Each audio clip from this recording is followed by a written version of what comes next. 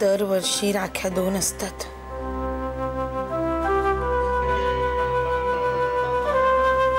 भाऊ सुद्धा 2.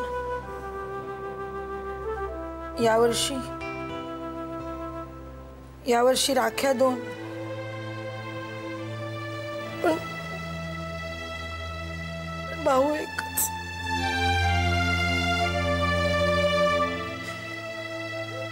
राखी घेताना लक्षातच राहिलं नाही माझ्या, बाळ आपल्यात नाही म्हणून.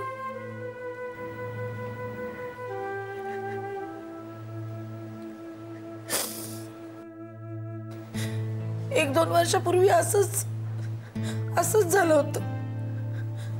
कामाच्या व्यापातून त्याला वेळच मिळाला नाही. दुसऱ्या दिवशी आला. खूप भांडले होते मी त्याच्याशी.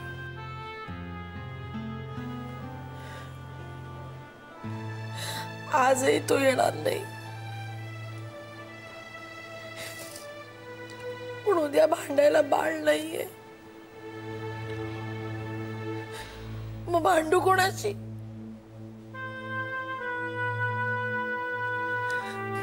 कुसुम,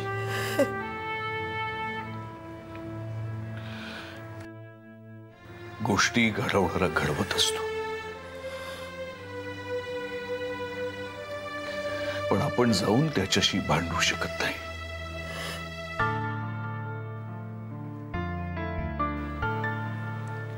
एक लक्षात ठेव,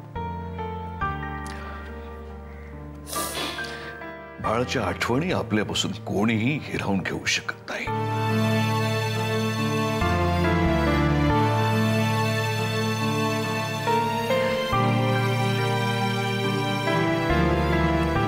मलाही आठवतंय,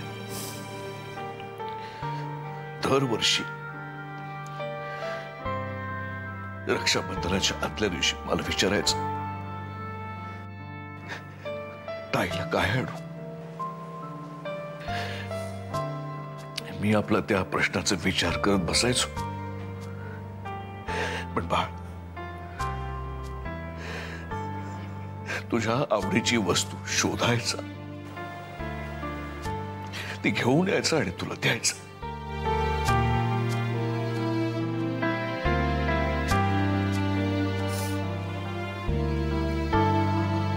आठवणीच राहिल्यात फक्त.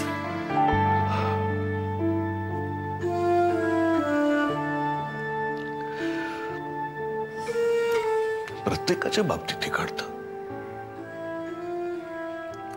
आपल्याही बाबतीत घडलं.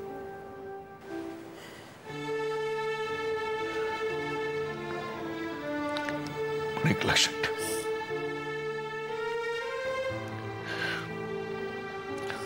आज जरी बाळ आपल्यात नसला तरी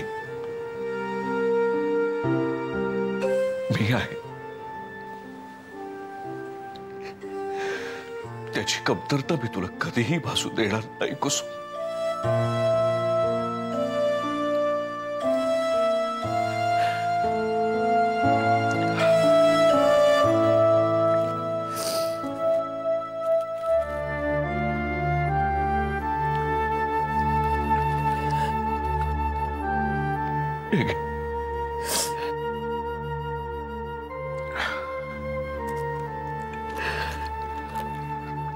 आणि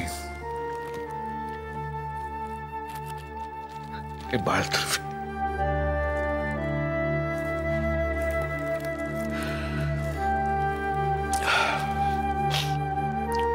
तुझ्यासाठी जसे आम्ही काल होतो तसे आजही आहोत. लक्षात ठेव. दादा,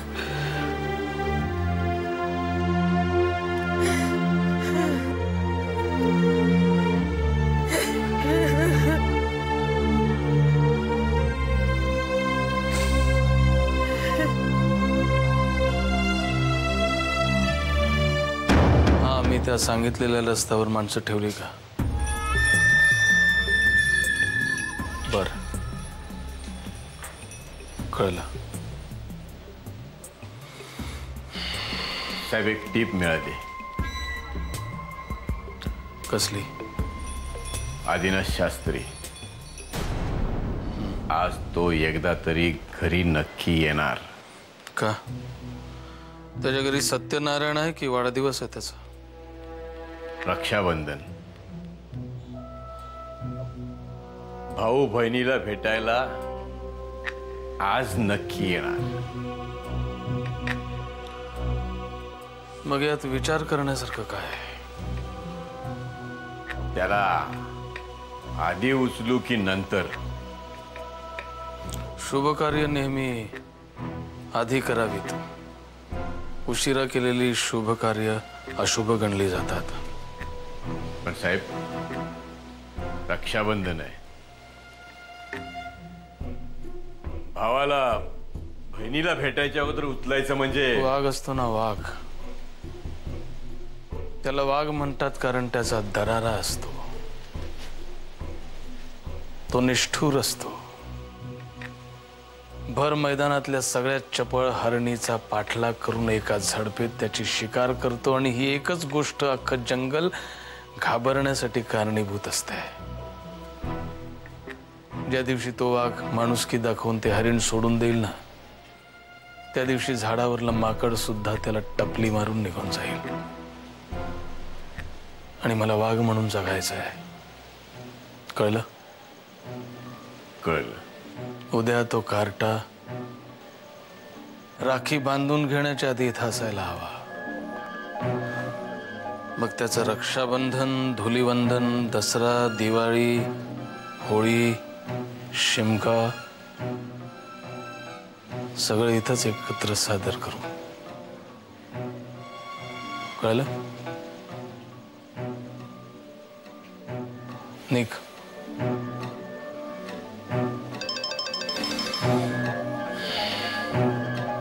हॅलो.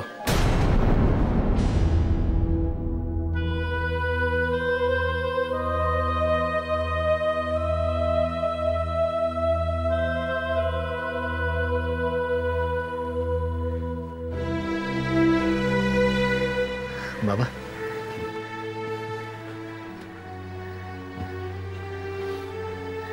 प्रिया काही म्हणाली का? आधीचा राग माझ्यावर काढला. म्हणाली आत्ता उगवतोस. मला वाटलं आधीसारखा येत नाहीस की काय. कमाल आहे ना आधीची. आधी काही तुला म्हणालं होतं? फोन झाला होता आमचा. तेव्हा म्हणाला होता की मी तुझ्या घरी येतो, मग आपण दोघे मिळून जाऊ आणि प्रियाला सरप्राईज देऊ. म्हणूनच सकाळी आलो नाही, दुपारपर्यंत थांबलो होतो. कुठे गेला असेल कोणास ठाऊक. स्वप्नीलशी काही बोलला होता का? तेही कळायला मार्ग नाही. काल सकाळपासून स्वप्नीलही नाही अवेलेबल. पण फार काही मोठा प्रॉब्लेम असेल असं वाटत नाही मला. जे तसं काही असतं तर मला कळलं असतं. स्वप्नील आणि मी अलीकडे बऱ्याच कॉन्टॅक्टमध्ये असतो.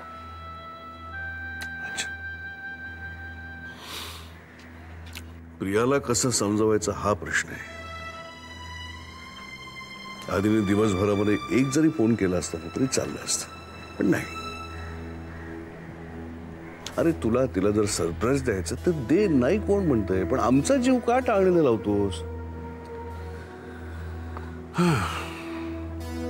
दिवसभर मी स्वतःला समजावतच होतो, पण आता मला सुद्धा प्रश्न पडायला लागलेत.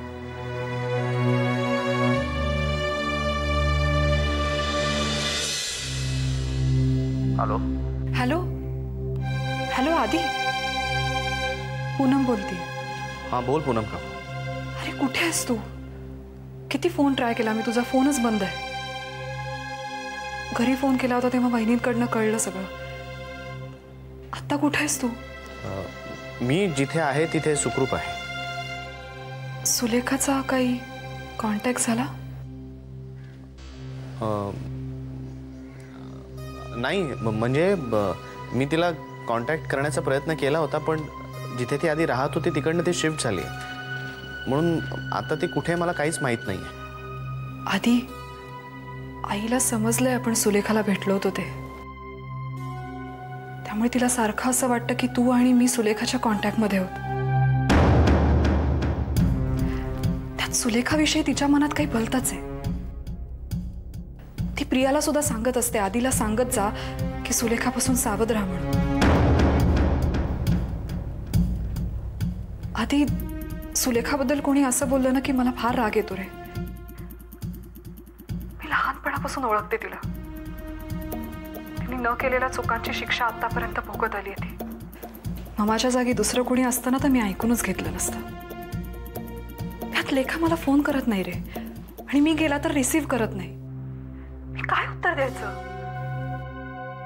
ती अशी का वागते हेच समजत नाहीये मला. पूनम काकू,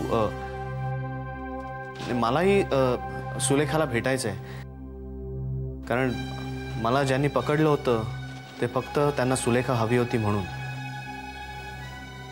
म्हणजे आधी म्हणजे त्यांनीच सुलेखाला काही. मला खूप काळजी वाटते रे तिची. नाही पूनम काकू, तू तिची काळजी करू नकोस. ती सुखरूप आहे. आय मीन असेल. आधी हे सगळं काय चाललंय रे? तिने हे असं किती दिवस टांगती तलवार घेऊन जगायचं? खाण्यापिण्याचं काय करत असेल ती? कुठे राहत असेल? तिला पैशाची गरज लागत असेल? नको नको ते विचार येतात रे मनात, आणि खूप टेन्शन येतं. पूनम काकू, तू नको काळजी करूस. जर माझा तिच्याशी कॉन्टॅक्ट झाला तर मी तिला सांगेन तुला फोन करायला. तूही काळजी घे आणि कळवत राहा बाबा, कुठे आहेस, काय करतोयस, कसं आहेस ते. मी ठेवू फोन? ठीक आहे.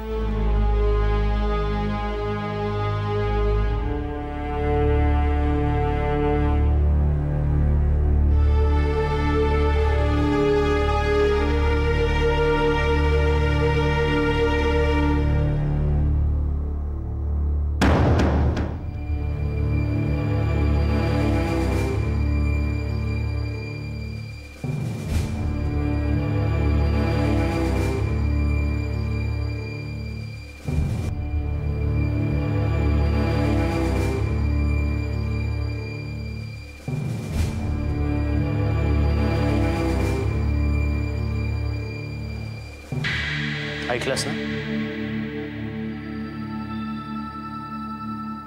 मग काय?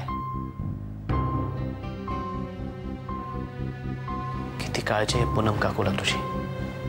आणि तू आणि मी आणखीन किती खोटं बोलायचंय? आणि का?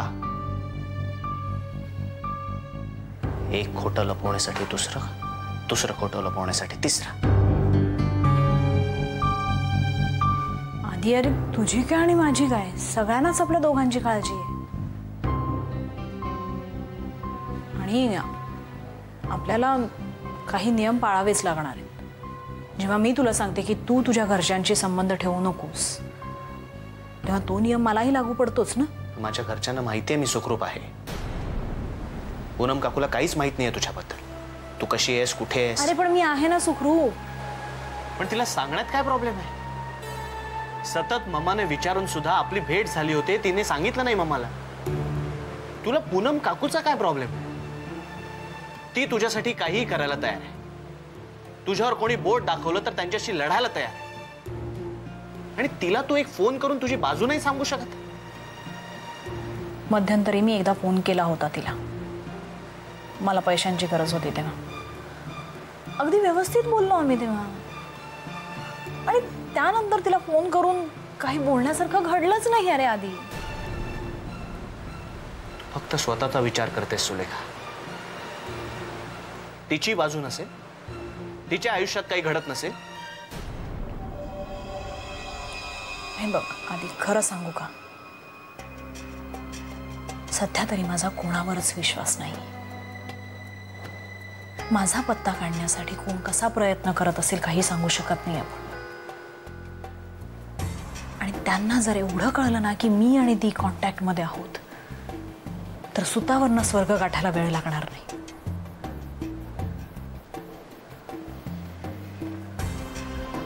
खरं तर तुझ्या बाबतीत जे काही घडलं ते जर तीबद्दलही घडलं तर मग याला जबाबदार कोण असणार? आणि तू जसं म्हणतोस ना की मला दीची काळजी नाहीये वगैरे, आधी असं जर नसतं तर मी स्वतःहून तुला कशाला सांगितलं असतं की दी आणि मम्माला तुझ्या घरी राहू दे काही दिवस म्हणून.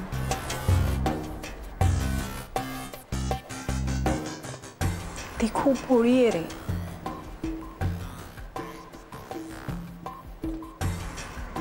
आणि आपण हे जे काही करतोय ना आधी, हे जर दिला कळलं ना तर ती यावर एकच ऑप्शन दे, तुम्ही पोलिसांकडे जा. आणि असं जर का झालं तर विक्रांतची माणसं आपलं काय करतील हे तुला वेगळं सांगायला नकोय. मला एक गोष्ट कळत नाहीये, मम्माला तुझ्यावर संशय का आहे? म्हणजे मी जेव्हा फोन केला होता तेव्हा त्यांनी मला सुद्धा सांगितलं सुलेखापासून सावध राहा.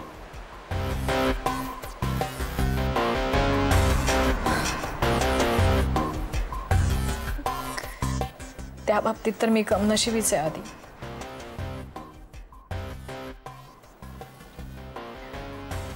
कुणाचीही आई आपल्या मुलाबद्दल कधीच वाईट विचार करणार नाही. एखादी चूक जर त्या मुलाकडनं झाली तर ती आधी आपल्या मुलाच्या चुकीवर पांघरून घालेल आणि मग त्या मुलाला समजून सांगेल.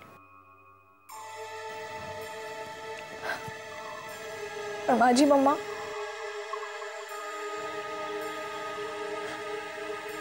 माझ्यावर संशय घेते. कायम तिला असं वाटत असतं की आधी मी तिचा जीव घेण्याचा प्रयत्न करते. आधी मी असं करीन का? मला मम्माबद्दल खूप काळजी वाटते रे आधी. तिला माझ्याबद्दल फक्त संशयच येतो. तिला असायलम मधून परत आणलं ना तेव्हा मी सगळे खूप खुश होतो की आता मम्मा नॉर्मल झाली असेल म्हणून. पण नाही, कधी कधी असं वाटतं ना आधी की तिला कोणीतरी हिप्नोटाईज केलं आणि तिच्या मनावर असं बिंबवलंय की तुझी मुलगी दोषी आहे, गुन्हेगार आहे. मग मला खूप वाटतं की तिला शांत करावं, तिची समजूत घालावी म्हणजे ती संशय घेणार नाही. पण अशी संधी मिळत नाही ना. मी इथून बाहेर गेले, मला कोणी पाहिलं तर परत माझ्यावरच. तात्पर्य काय? तू दोघींशी बोलणार नाहीस? आधी आय प्रॉमिस यू, आपला प्लॅन पूर्ण होण्याआधी दोघींपैकी एकीला नक्की भेटेल आणि नीट समजूत घालेन. म्हणजे त्यांच्या मनात ज्या शंका आहेत, माझ्याबद्दल काळजी आहे, ती दूर होईल. आणि मग पुन्हा कधी माझ्या भेटीचा आग्रह धरणार नाही.